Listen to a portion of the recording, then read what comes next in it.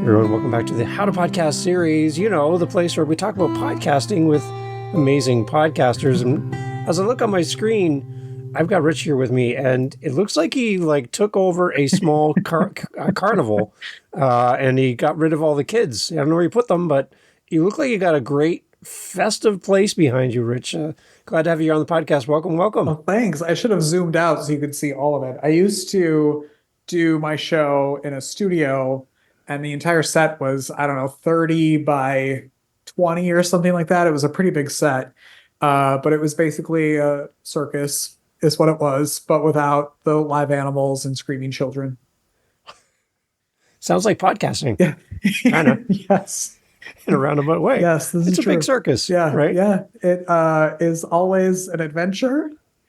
Unpredictable. You plan and then plan for nothing to happen, I guess. Mm-hmm. Why not? I love it. Yeah. Okay, well, let's start with this. Where are you in this big world of ours, Rich? I am outside of Charlotte, North Carolina, but on the South Carolina border. Okay. All right. And tell me about your show. What is this all about? Oh, gosh. I had my own show. I started a show in a basement in Maryland in 2016. I wanted to be a talk show host since I was 10. You know, like every 10-year-old boy, just wanted to be a talk show host. And so I was in Maryland, had a really nice basement, and converted it into like a TV studios. And I would have bands come in and play. I had a live audience. I had like the whole setup. But what I didn't really have any concept of was microphones, lighting, like editing. I just wanted to talk to people. I had the set looked beautiful. It was the best thing. It looked like you were on TV. But it sounded like you were in a dumpster.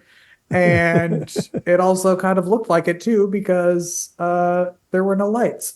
So that's how that started. And I did that for 6 years. I ended up doing it. I moved, ended up doing it in a theater. That turned into the pandemic. So I did it in the corner of my bedroom. Then I moved into a studio. It ended up being on like a media company picked it up, and it ended up being on Amazon and Hulu and all that kind of stuff. Well, And then I stopped that in 2022, and I literally bought a rug a week ago, and that turned into, I should probably just start another show. So I redid my studio, and Make Your Day Richer TV starts on June 10th. okay, tell me more about Make Your Day Richer. What's the show about? I got to know more about this. So Make Your Day Richer was the tagline to the Richard Wilmore show, which was my original show. And I always loved that because it was always like, to me, it was people who were doing amazing things, producing great music and art, but that you might not know otherwise. And so when I started my company, Make Your Day Richer, it was all about podcasting and podcasting help. And that's going to be the name of the TV show, because I just want it to be little chunks every day, Monday through Friday, of someone you can meet that you would never have met otherwise, that would brighten your day, or something you'll learn that'll be like, oh, I'm going to incorporate that into my everyday life. So it's going to be nonprofits, it's going to be art, it's going to be people just kind of helping you have a good life. So for those listening around the world, how are we going to be able to experience Make Your Day Richer? It's going to be a YouTube series. Okay. And then I think it's going to be turned into a podcast after I get a couple recorded, and then it'll go out on podcast platforms. Nice. Yeah. Video version in podcasting Video or version, audio? yes. Okay. Yes. Yes, that's what this is for. Yeah. Something else to look at. Yeah, and because I'm hoping to get people in the studio and do some stuff in person and not just all virtually. So we'll film it, record it. Good. Amazing. I love it. Yeah. So June 10th, is that when it comes June out? 10th is the premiere. I'm on your Instagram as we're chatting, so I'm getting sneak peeks here. Okay. I see you look at this. I love it. So who else is on your team? Who's involved with this besides yourself? The dog that's sitting in front of me, I suppose. Hopefully, Okay. although he snores, so hopefully he's not a very good sound guy, I suppose. But it's me. It's always kind of been me figuring it out by myself. Nice. Yeah. That's I don't know. I'm that person who, like I said, I filmed my first episode or my first interview back in 2016, and I literally had footage that I don't even know if I knew how to get it from the iPad to a computer at that time. And it just never dawned on me. Like I just wanted to talk to people. And so I recorded it. I at least knew to get a tripod. And so I Googled like free editing software and found the cheapest thing I could find, and which I still use today. I just taught myself how to do it. Uh, and have taught myself about lighting, and my thing was like set design. I want it to look fun, and I just want to hear people's stories. So it's always been me figuring it out through people like you. I come and learn from you and then steal your ideas and make them my own. Steal away. That's Yeah. why they're there. Yeah, Right. exactly. Yeah. I And that's love it. turned into me helping other people do their podcasts because I give them the information that I know because I didn't have me when I started. Right. And so I feel like that's kind of my job, is to help other people do it. That's what I love about the podcasting community is that there's that openness to share and help. Yeah. There's a lot of great people in this space that are just so encouraging, right? So to come across good people, there's some people obviously that we can avoid Yeah. because they're not going to build you up. But anybody that builds you up or has time to share and do what you do to help people is awesome.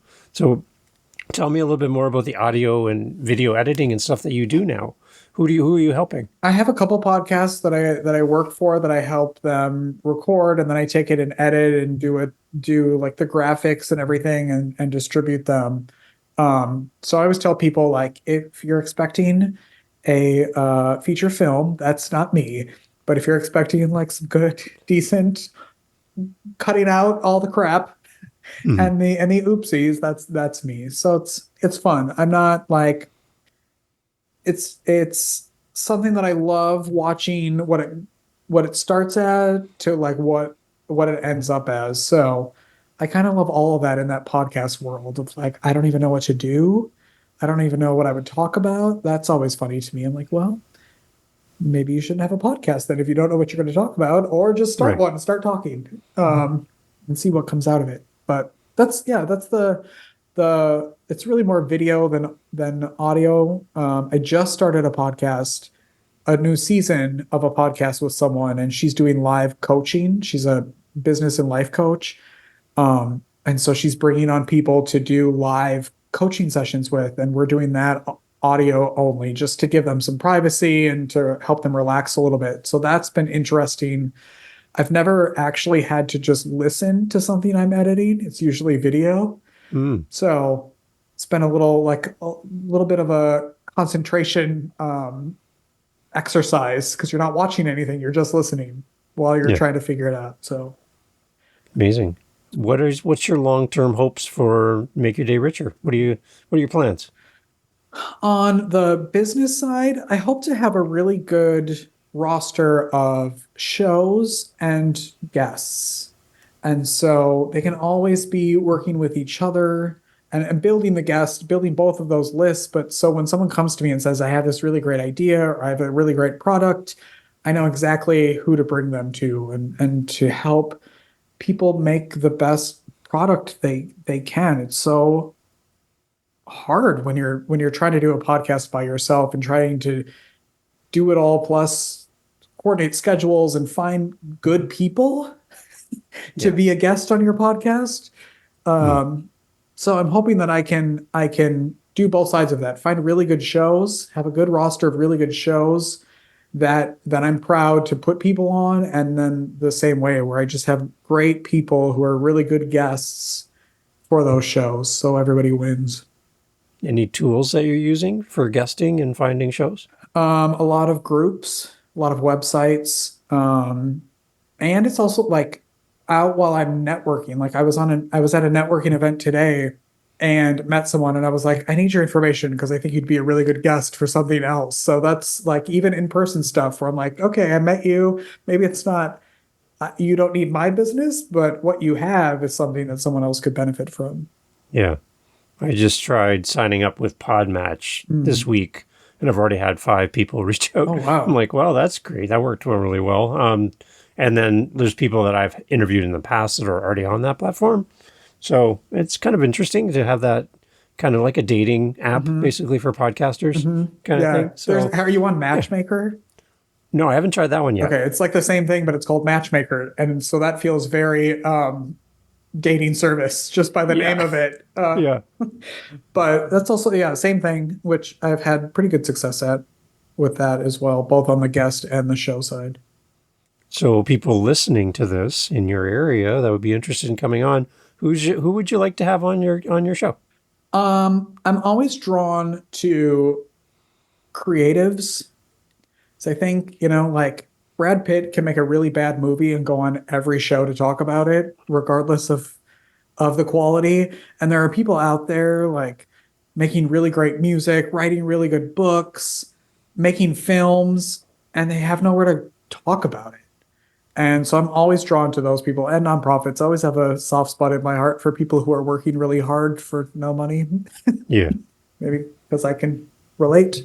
I'm not sure. So those are kind of where I go. But I am working with business owners, just entrepreneurs who have owned businesses for decades, who just want to share their knowledge of what they've worked. So it's really anybody. I just love learning from people. I think it's fascinating, just what people know. So are you going to do everything in person? Or are you going to do anything virtual for the show? What are your thoughts? I do. So far, everything's been virtual. I'm working more on the studio, getting some furniture in here. I'm going to work on some soundproofing. And so to be able to do it for myself and then also offer it as a space for other people to come in and record stuff and film stuff. Because this area, I don't know, feels like that was a need I had. I had nowhere to go except for the corner of my bedroom. And it kind of feels nice to go out and have a little space that you can create in like that, that's away from everything. Yeah. So going to work on that and then hopefully open that soon up to people to come in and do it outside of their homes or whatever. Where are you learning how to do all this stuff? A lot of trial and error. A lot of like Google, how do you, I learned recently that you cannot use pool noodles to soundproof a room. Because I thought pool noodles. Okay. I don't know. For some reason, I had it in my head that you could use those. They seemed like they would work, and so I Googled, and it said no, you cannot, because there are too many holes in it to make them float. That you can't use it. So then that went down a whole nother route of like, but you can use towels, and you can use this, and I was like, well, I'm too lazy to like build something like that. So we'll see. I found some stuff on Amazon, of course, like you find everything. Yeah. And it seemed reasonable. That's all my thing is like, how can I do it with a very small budget? And, like what works? What works in a small space? What works for what I need and for what I can afford? Any popular tropes around podcasting that you're like, nah, not for me. It's not really, doesn't work for what I'm doing for my show. I think, I don't know, maybe just because I don't know how to do it. I'm always fascinated by the people who have all the like stream decks and they're pressing buttons and they're doing this and they're like using all this stuff. And I use StreamYard for my stuff and for other people's stuff, which I think is like a good level for me for all the added fun things. But I don't know, podcasts are getting into like TV show territory, like I don't have the staff for that or the budget. So if you can wing it, like that's awesome. And I love that. I just met a guy who I booked one of my clients on his show, and he's doing a live podcast recording at a place in Charlotte. So I'm going to go see how he does that, because that would be cool. Like to have an audience and, but I just feel like you would need a team for all that kind of stuff. That seems too much for me to do by myself. So yeah, I'm just going to stick to what I can figure out by myself. Yeah, the whole live streaming thing is really fascinating. I don't know if I have the patience to do all that and try to to manage all of the different moving things that are happening behind the scenes. And then the other side of it too is you have to be there, right, to be as an audience member. And I have a job, so I kind of have to go to work. I would love to be there, but it's 2 PM and I'm at work. Yeah. So, and it's really hard to do if you're like hosting it and trying to do all the, like, I've done like 12-hour long live stream fundraisers for nonprofits and hosted it and did all the fancy stuff. And I mean, thankfully we raised money, which was the point, but it's so much work to do by yourself. yeah. I don't know. You need either more knowledge than I have to pull that off, maybe, or just more people. But it's fun, at least, if you can do it. Who are you listening to as far as other podcasters? What kind of stuff do you like to listen to?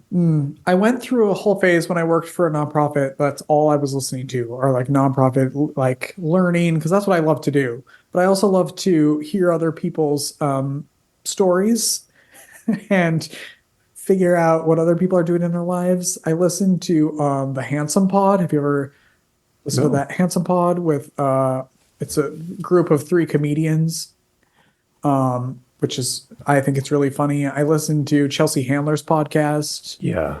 Because I think she has, if you like are actually paying attention to her, the way she has shifted her persona in the public. And if you listen to that podcast, like learning how much she actually like deeply cares for people and really wants to help people I think is really cool. And I love her her producer Catherine. Like Catherine's kind of my like, I want to reach out to her and say hi to her, but I'm like scared to do that. But I she has kind of and I think her husband and her both produce Chelsea's podcast, and so she's kind of my like, one day I'm going to email her just to say hi to her to see if she'll respond to me, and maybe she'll be on my show to talk about. Maybe she'll be on your show to talk about podcasting. That's what it. Maybe she's listening right now. Yeah, that's true. Well, let's say hi to her. Maybe she's right here. Just call me. Make your day richer. My phone number is. We'll make it happen. Yeah. We'll make this happen. Good. Thank you. You never know who knows somebody who knows someone else who might know them, and their next door neighbor is related to the person next to down the street to Chelsea. Yeah. You never know. I think that happened to me once. Someone recognized me once. I was walking down the street and someone stopped me and said, and I just done a show for a local channel in Milwaukee, and someone said, did you have a show? And I was like, yes. And they were like, I watched it. And I was like, one person, yes. It was like, oh my God, people do pay attention. You never know, kind of in that medium. Like you can see numbers, but you don't actually see people, right? So it's fun when you get to talk to the people who actually listen. So what are you doing to build community around all the stuff that you're up to? How do you get to that point where you actually can have a conversation with a viewer or a listener? I go to a lot of networking things, both in person and virtual, just to meet people. Even if it's like the community I live in, they have a little monthly coffee thing at the clubhouse.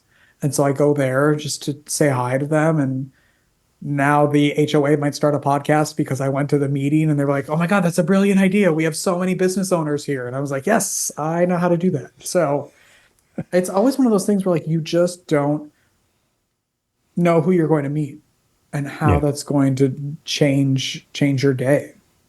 And so I try to meet people throughout the day until I'm tired of talking, and then I stop because it's a lot of output, you know. Yeah.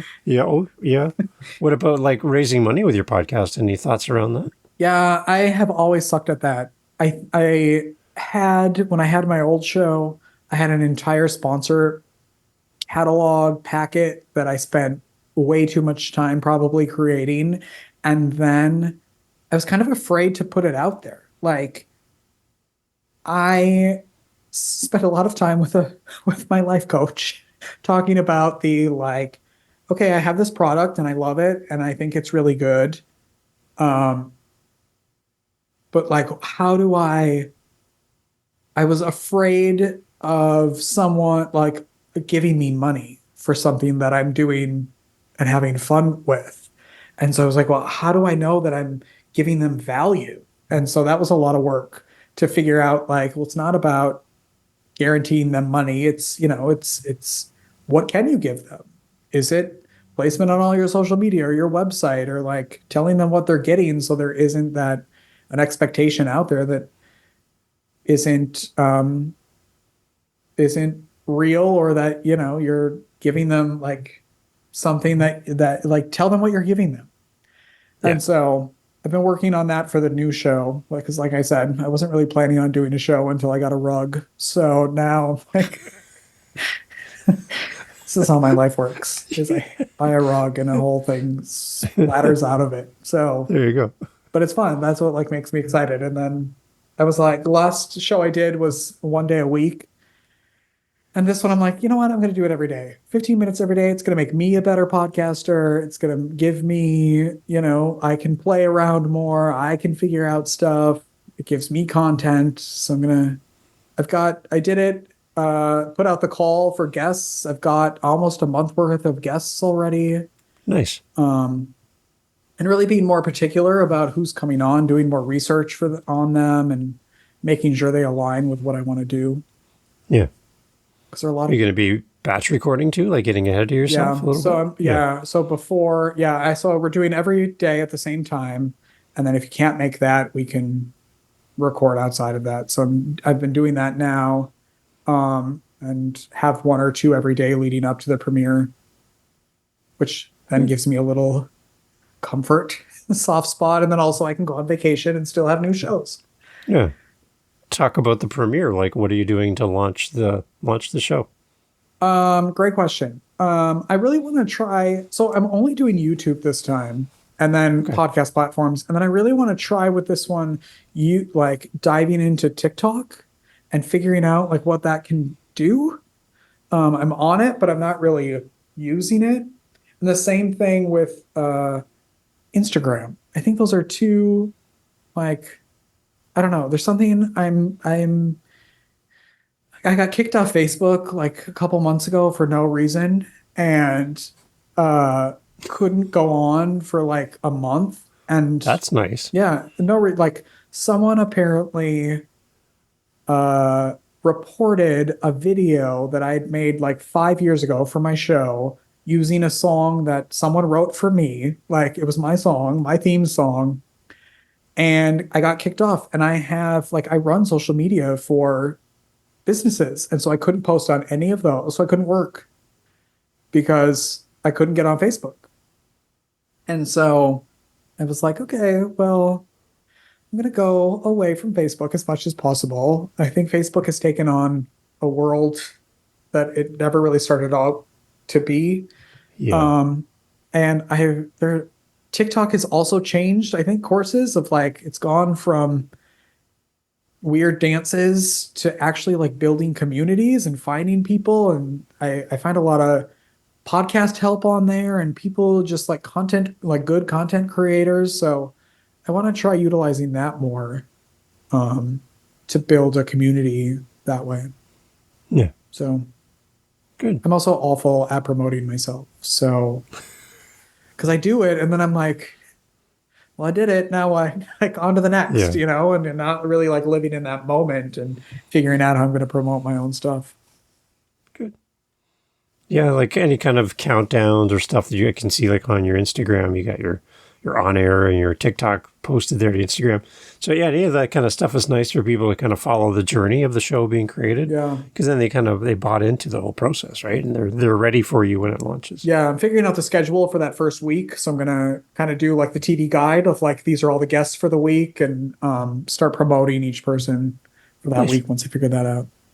Nice. Yeah. That's good. That's amazing. So yeah, you're looking for really anyone that can be on your show that just kind of fits the theme of the show. If a big name came by, you wouldn't turn them away, right? Well, maybe depending on who it was. We won't mention names, but I'm looking for people, not necessarily like business owners who are, how to grow your Instagram 10 times, like that kind, but just people who are out there. I have, I just did an interview with a woman who started a nonprofit who's hooking charities up with volunteers, and that's her whole basis. She has a website about it. I have someone who's going to come on to talk about the fear of swimming because I don't know how to swim because I have a fear, and so I figure I can't be the only one, so she's going to come Same on here. and talk. Really? Yep. You don't know how? No, I can't. Somebody tried to throw me in a lake when I was little, Oh. and I can't go. I can't go. I can go fishing, but I can't. No, I can't. I can't do that. So, anyways, I'm with you. Yeah, like I can be in the water up to a certain point as long as I can walk out of it. I can be on a boat. I have no problem being on a boat. No. Nope. That's good. Well, I've got something in common. I love that. So I'll tell you when that episode comes out and you watch. Yeah, I will definitely be listening to that one for Cure sure. our fear of swimming. So it's all kind of stuff like that, like Cool. Or people who I've got a couple authors that are coming on who've written stories about, different things in their lives and just a place to go to learn a little something. Yeah, it's always kind of nice to follow just in behind another podcast that you admire. Mm-hmm. Maybe they have similar types of guests. And you can kind of just pick through there and listen to other people on those shows. Yeah. Because all their contact information's there. They are podcast guesting people because they're on there. Yeah. And then you can kind of just leverage that. I know there's one podcast that if I have a guest on this week, about 3 weeks from now, that same guest will be on their show. And I think that's great because that means my guest is getting more opportunities. Yeah. So I think that's an awesome idea. Yeah. There was I won't mention names there either, but there was a TV show, like one of those local morning shows that I would notice that if I did something on my show, a couple of weeks later, it would be done on there. And I was like, oh, okay. Somebody's watching. Yeah. Yep. So it's always interesting that like you say leveraging, I say stealing from people, but same thing, know? And I mean, just because I had asked a podcast host if they wanted someone on their show, and they're like, well, weren't they just on another show? And I was like, yeah, that's what happens. They go, they do more than one. Yeah. It's okay. It's okay. Promise. It's amazing. I'm excited to catch the show. I'm looking forward to this. This is going to be really good. Are you going to be posting clips on social media too then from the shows to kind of promote the episode? Yeah. Okay. Yeah. I want to be more, I'm trying to take it, I'm trying to do it smarter than, and more, what's the word I'm thinking of? Like thoughtful this time around of like how to actually promote it. Because like I said, usually I would just do the show and then you could ask me the next day who was on my show and I wouldn't remember. And I was moving on to the next one, which is hard, when you're doing it yourself to even backtrack and keep going and be in all the places. Yeah. So I'm going to try a little bit better this time to do more promotion and utilize the content instead of just putting it out there once and forgetting about it. How are you keeping yourself organized with all of these things as a solo creator? A lot of spreadsheets. Yeah. A lot of jot forms has been my new friend. Calendars. I'm the person who still has the paper planner. Like my mom used to work in a salon and like people would call and they'd write down the appointments. And I still use that along with a digital calendar and a lot of reminders. Don't forget to do this. A lot of alarms going off on my phone to tell me to do different things. Yeah. How do you do That's it? helpful. 700 shows. And something like that. Yeah, I've lost track. A lot. Calendly I love because it's super easy and it translates to time zones. So like today I've been in Tokyo, I've been in New Zealand, I'm here with you. Like I'm all over the world, right? And it's nice because it automatically does the time zones for my guests. Mm-hmm. So they're not trying to guess and do math. Because none of us love to do math. Yeah. So it does it all automatically. They have like comment sections for each calendar invite. So I put all my notes in there, all my links. And then I can search it too. I can go and search up their email address and I can get all the information back. So it's kind of like a storage drive for me too with all my guesting information. So That that's what brings I up a like a lot. question. At what point, like, there's the free version of Zoom, there's the free version of Count, all these things have free versions. Like, at what point is your like cutoff of like, okay, I'm willing to pay for something because it's easier than taking the free version of that and hooking it up to the free version of this? You can pay for everything, but like, how do you kind of draw the line? Yeah, like I'm doing this. This is not my full-time gig by any means. I work as well, and I have bills. So I just put it out to my audience and said, these are some of the things I need and I'd love to improve on. One thing I have, for example, is SpeakPipe. So people can leave me a voice message on SpeakPipe. You get 90 seconds for free, and you have a maximum of 90 seconds, or you can have 5 minutes with the paid plan. I just said to my audience, if you like using SpeakPipe, I would really like to get more than 90 seconds of your voice, but it costs this much money a month. So if there's anybody out there would like me to have more time on my SpeakPipe, I have a Buy Me a Coffee link. Just help me out. And they pay for these things, these upgrades. I don't have to. So, and then I go back and I thank them and say, listen, because of you, I can now have a longer Zoom recording. I can now have SpeakPipe. I can now do these things because you're helping me. So it really does work. And they buy into it. Right? Yeah. Yeah. I just got when I was doing my Jot form for the guest intake form, I got a Buy Me a Coffee link to start utilizing that. Because one, I love coffee, so it works. It feels like it's on brand for me.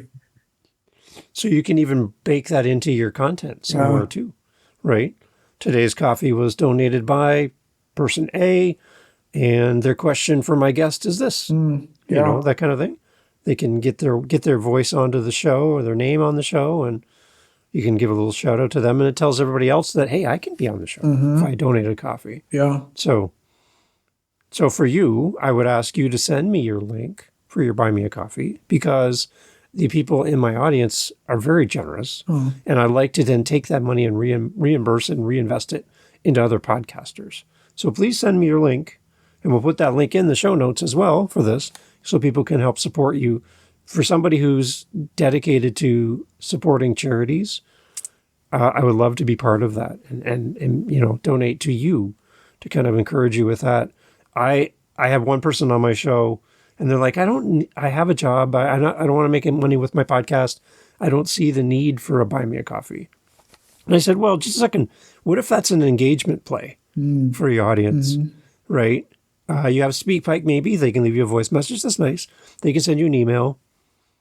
But what if buying you a $5 coffee is their way to say thanks? Yeah. And then, well, they're like, I don't need the money. I said, well, what if you just collected the money for the year, and at the end of the year, like at Thanksgiving, you go and you support a young family that doesn't have money for food. And all of the money from your audience went to that family in your neighborhood or a charity, or you donated it, and then come back and say, hey, because of you guys, we raised $4,000 this year, and this family has an amazing Thanksgiving because of you. Now, as a listener and a viewer of your show, to know that's what you're doing with my donation, you're going to bet I'm going to be donating again. Yeah. Right? Yeah. So it's an engagement play as well. It really brings people in, and they feel like they're a part of something bigger. So I like it for that. Yeah. Yeah. I worked in the nonprofit world for a long time. So most people donate or volunteer to feel good about themselves. So that's a great that's a great, easy way to do that. Yeah.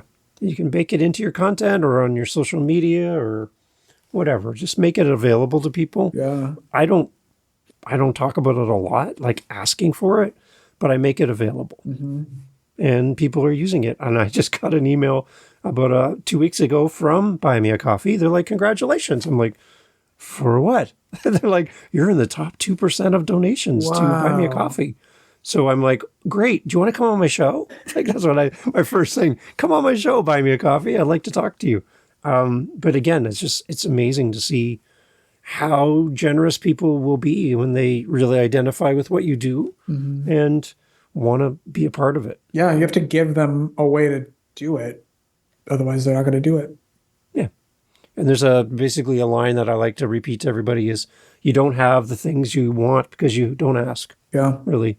If you ask and just put it out there, people might respond, people might not, but at least they know that They have the that option. there's a need, right? Yeah. Yep. Yeah. They can't read your mind and they don't know what you need unless you ask them. Because looking at your set, you look like you're fine. You don't need my help at all. You're fine, right? But it's like, no, I could really use it, or I could redistribute it to somebody else that I know could use it, right? Yeah, that's so true. Yeah, Yeah. I love it. Yeah, that's amazing. So, anything else that you're kind of working through, or anything else we could chat about your show that we can maybe give some context to, or maybe some answers to? Well, I've already learned that I need after this is done, I need the link for the voicemail thing because I have SpeakPipe. Yep. My show and another show that I work for that would be super helpful for that. That'd be a really good addition. Huh. Gosh, what am I even? Can we go back? Do you know anything, or can we go back to soundproofing and I'm working out of a room in my house that we've turned into a studio. The best ways to do that, any ideas for that to make it useful or helpful, but I also don't want a bunch of walls full of foam. Right. Well, that first step in what started all this, buying the carpet, is a good step. Yeah. Anything like that, any soft things, right? That carpet wasn't even for this room, just so you know. No? Oh, even better. There is a carpet in here, but the rug was for a completely different room that just reminded me of something that I was like, yep, that's it. Yeah, that's how that started.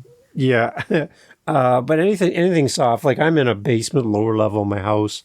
My neighbor cuts his grass every Tuesday at 10 a.m., so I know not to record then, for example. So I have to figure out all my neighbors and their habits, and they're all retired around me. So I have to kind of plan out my week that way. But yeah, I have soft surfaces everywhere and carpeted floor. Anything like you have all that stuff behind you, that's amazing. Anything that breaks up sound so that it's not bouncing off flat surfaces and coming back to you is really all it is. Your computer screen is a flat surface, right?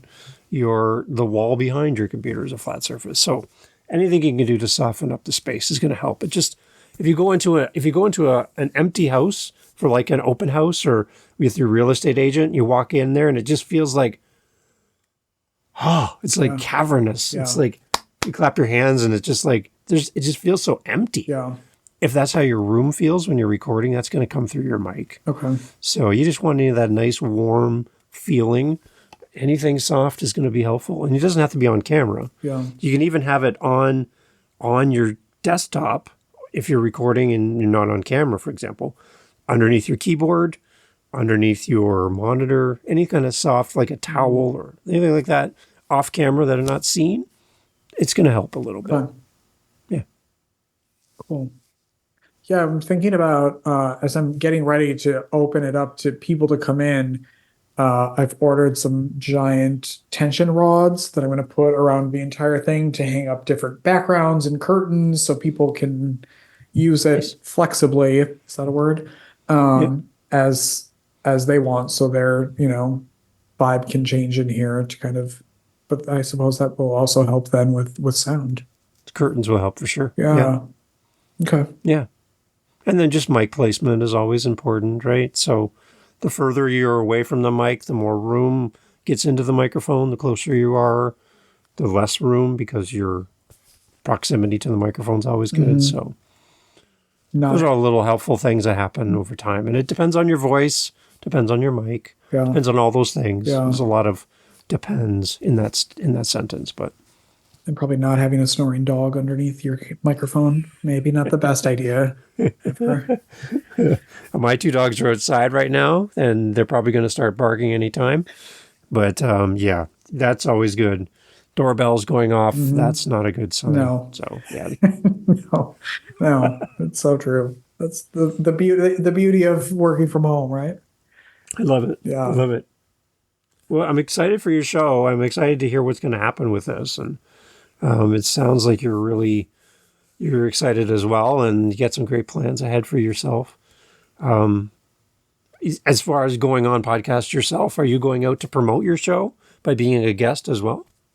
Yes. That's one of the other things. I'm like, oh yeah, I need to start booking myself on things. So I have been. Yeah, I've got a couple lined up. This one being one of them, obviously. Good. And to putting myself in that rotation too while I'm out looking for things to see what aligns with what I'm doing to go on and chat. Yeah. Yeah. Again, you never know who's going to hear or see your episode, and being a guest.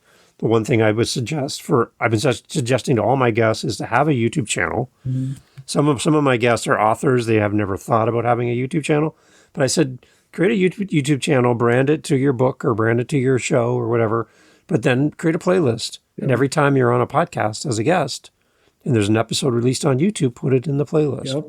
So at least you have that. Yeah. And then that's shareable. And then you can have one link for your audience to hear you on all the different shows, because you're going to talk about different things that you might not talk about as the host or as whatever. So that's kind of nice. And then you can also then rebrand that playlist on YouTube as a podcast. Yeah. So technically, as a guest, you could have your own podcast within the confines of YouTube just by being a guest and then rebranding that playlist. So that's a nice way to have a starting point for people who maybe can't do a podcast right now. At least leverage your guesting opportunities and get the most out of it. Yeah. Yeah. And it creates content that, I mean, you have to show up, but it's not any content that you have to necessarily make. You just talk about what you know, and suddenly you've got an hour worth of advertising for yourself. It's amazing. Oh. How many clients are you looking to have at any given time? Do you have like a number in your head? No, I think whatever aligns with what I'm doing. I love being able to, okay, I'm going to take a break from this person and jump into this and edit that video. And I don't like sitting and doing one thing all day. So I love the variety of working with different people and different personalities. So I'm not opposed to any amount of people that will need help. Is really, as long as you're invested in it and you want to show up and you want to take the time to actually put something good out, I am happy to help. Yeah. Awesome. And so people can reach out to you through your website then for audio and video editing and everything? MakeYourDayRicher.com, Facebook, all the things. Don't go on Facebook though. But, yeah. Just email me. Yeah. Amazing. Awesome. Rich, thank you so much for doing this. It's glad to have you on the podcast. Let's get you back once the show's up and running and everything's, just trucking along. Let's get an update from you in the future. And we'll have links obviously for people to come and experience the show. And I'm excited for you. This is going to be fun. Thanks. I'm excited to kick it off here. There you go, everybody. It's premiering. It's you get the first knowledge about this great new show. It's going to be happening. Right? Breaking news. Come on, it's big stuff. Big stuff. Make your day richer. It's coming, and I'm staring at Instagram. I'm waiting. June 10th. I'm waiting for something to happen. And he's need to see the dog. Is the dog on here? No, he'll make it. No. He's got to come on. He's got to do like a producer helmet hat true. Or like the microphone, the ear thing, and or holds the cards, the cue cards, something. I'll figure that out. There will be room for it. We have two right now. We're dog sitting. The one that snores is the dog sitting one. He goes home today. So the other one's a Great Pyrenees. So I'll have to figure out where she fits in the studio first and then give her a little headset. I love it. I got to see that. I love that. Awesome.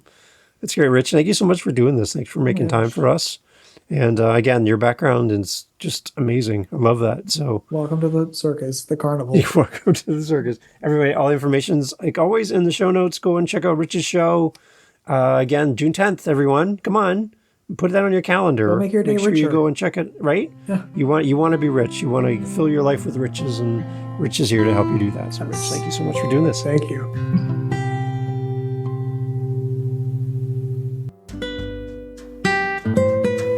Hey, thanks for being here on the How to Podcast series. Glad to have you on the show with us, listening in.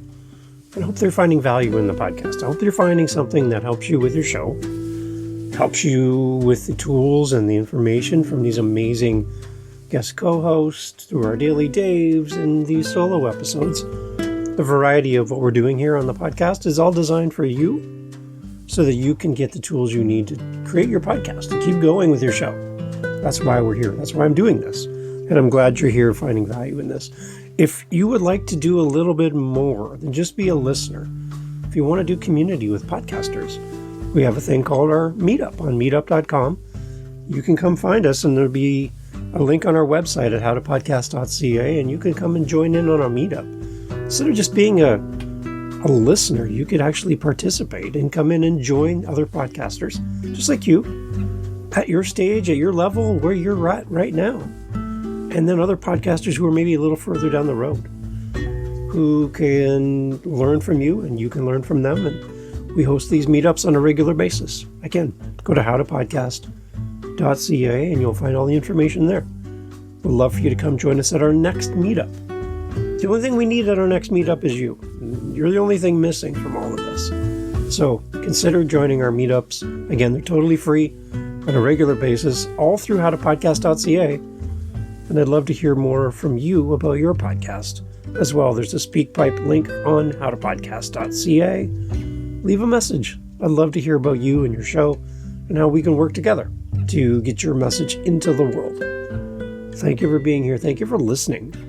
And thank you for sharing the show with another podcaster that you're like, hey, I think you'd really like this episode.